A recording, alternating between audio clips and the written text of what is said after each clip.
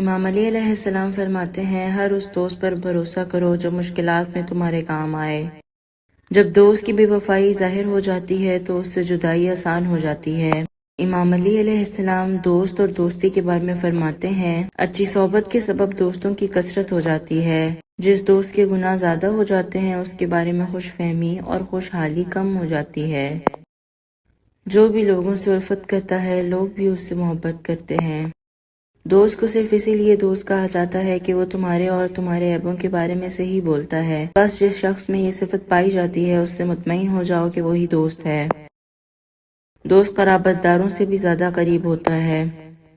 رفیق کو اس لیے رفیق کہا جاتا ہے کہ وہ تمہیں اس چیز سے فائدہ پہنچاتا ہے جو تمہارے دین کی اصلاح کرتی ہے۔ بس جو بھی تمہارے دین کی بھلائی میں تمہاری مدد کرے وہ مہربان دوست ہے۔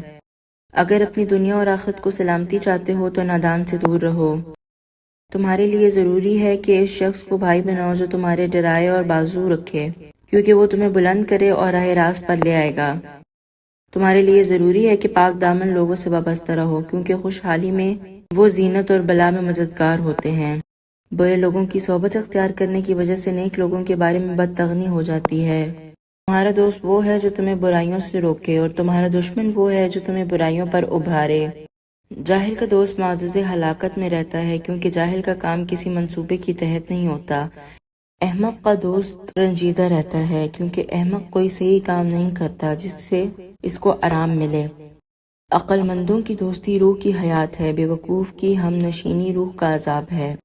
برے لوگوں کی صحبت سے انسان اسی طرح بدلی میں مولوث ہو جاتا ہے جس طرح گندی جگہ سے گزرتی ہوئی بدبودار ہو جاتی ہیں۔ عقل مندوں کی ہم نشینی اور علماء کے ساتھ مجالسات اختیار کرو اور ہمیشہ خواہش پہ قابو رکھو تاکہ ملائکہ اعلیٰ ملائکہ و اولیاء اعلیٰ کے رفیق بن جاؤ۔ عقل مندوں کی ہم نشینی اختیار کرو، فائدے میں رہو گے اور دنیا سے منہ موڑ لو، محفوظ رہو گے۔ بھائی کے ساتھ احسان کے ساتھ رہو گے، درگزر کر کے ان کے گناہوں کو چھپاؤ۔ تمہارا بہترین بھائی وہ ہے جو راہ راست کی طرف تمہاری رہنمائی کرے اور تمہیں خودداری کا سبق سکھائے اور خواہش نفس کی پیروی سے باز رکھے۔ تمہارا بہترین بھائی وہ ہے جو تمہیں اپنی راست گفتگاری سے سچ بولنے کی دعوت دے، اپنے نیک اعمال کے ذریعے تمہیں بہترین اعمال انجام دینے پر ابھارے۔